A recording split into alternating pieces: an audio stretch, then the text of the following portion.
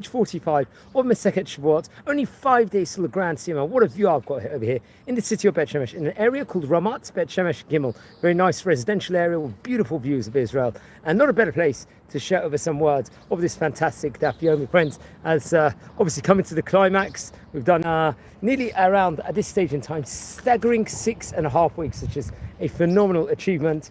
And only a few days as we progress, and nothing like learning Torah with a view. That's what I can say. Now, friends, what's going on in today's page inside the Gemara? It's actually a very, very, let's say, action-packed page, just like usual, friends, over here.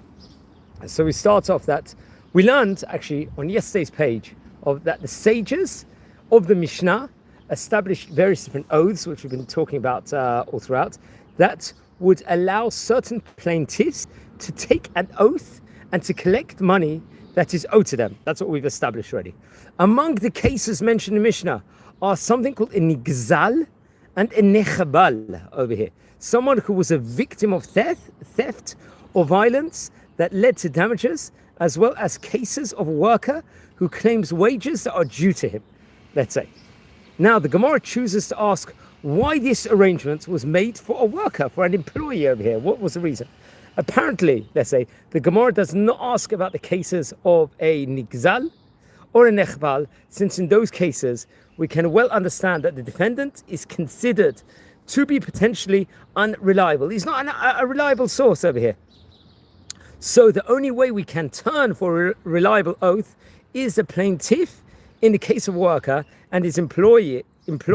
There's no reason to suspect that one is more reliable than the other. So why should we trust the oath of the worker over here?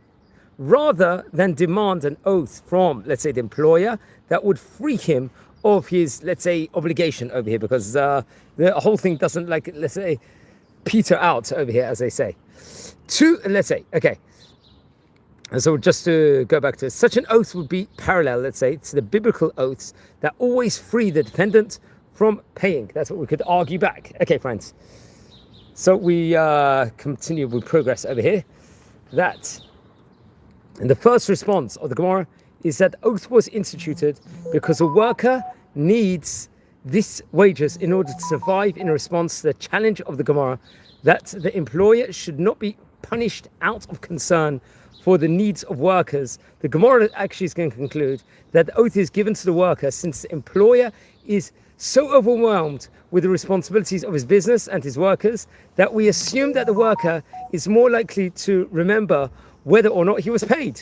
Although, let's say, the Gemara is going to introduce over here this second reason for the word ella, rather, what is this? Which usually indicates that the first reason is going to be rejected and is going to be replaced with the second reason. In this case, many of the great Rishonim, including Rabbeinu Hananiel and the Rif and the Ramban, view the two explanations as complementary. Thus, establishment, let's say, of an oath in the case of a dispute of, let's say, or over wages, let's say, that's what we're talking about over here, but the money that's due, was instituted because of the sage's concern for the livelihood of the workers over here, because that's how great it is.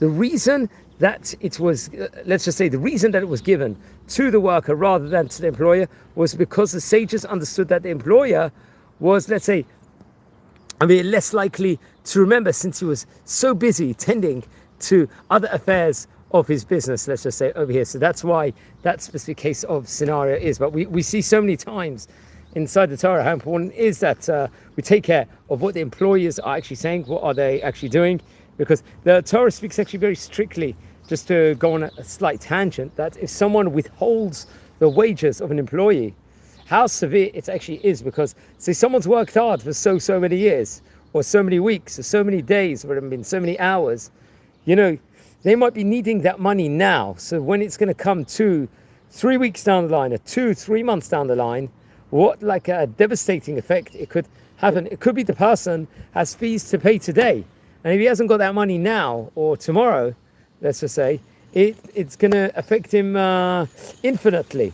So it just shows the importance and of this delicate topic over here within regards to wages, how we've got to pay it, how we've got to take care of it, and different case scenarios actually exploring this. Now, it's actually like an encyclopedia within regards to oaths and all these specific topics. Masechet Shevuot is in itself of how we have to be careful with what we say, every single action, every single word that we do, every single commitment that we make, how important it actually is. And that's what we've been exploring in all the pages of the Gemara. So as a special treat, I'll let us explore some of the views over here of Ramat Shemesh Gimmel, over here, just in a park at the moment, over here.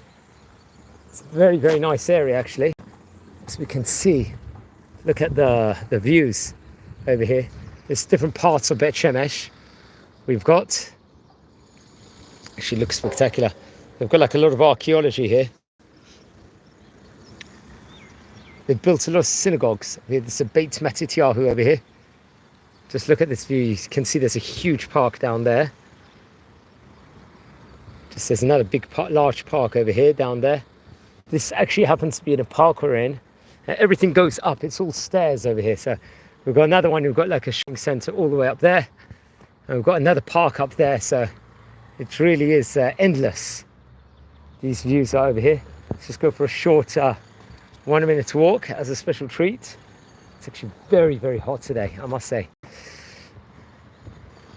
It's sweltering over here. I've also got a nice roundabout.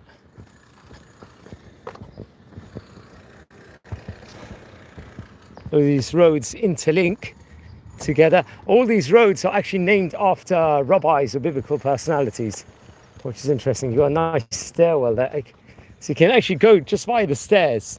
Probably you can see it's all stairs in this city. Easily you can go from one area to the other. It's just say 300-400 stairs away from one district. Let's just go up here just to see another park. You can see very, very nice designs over here.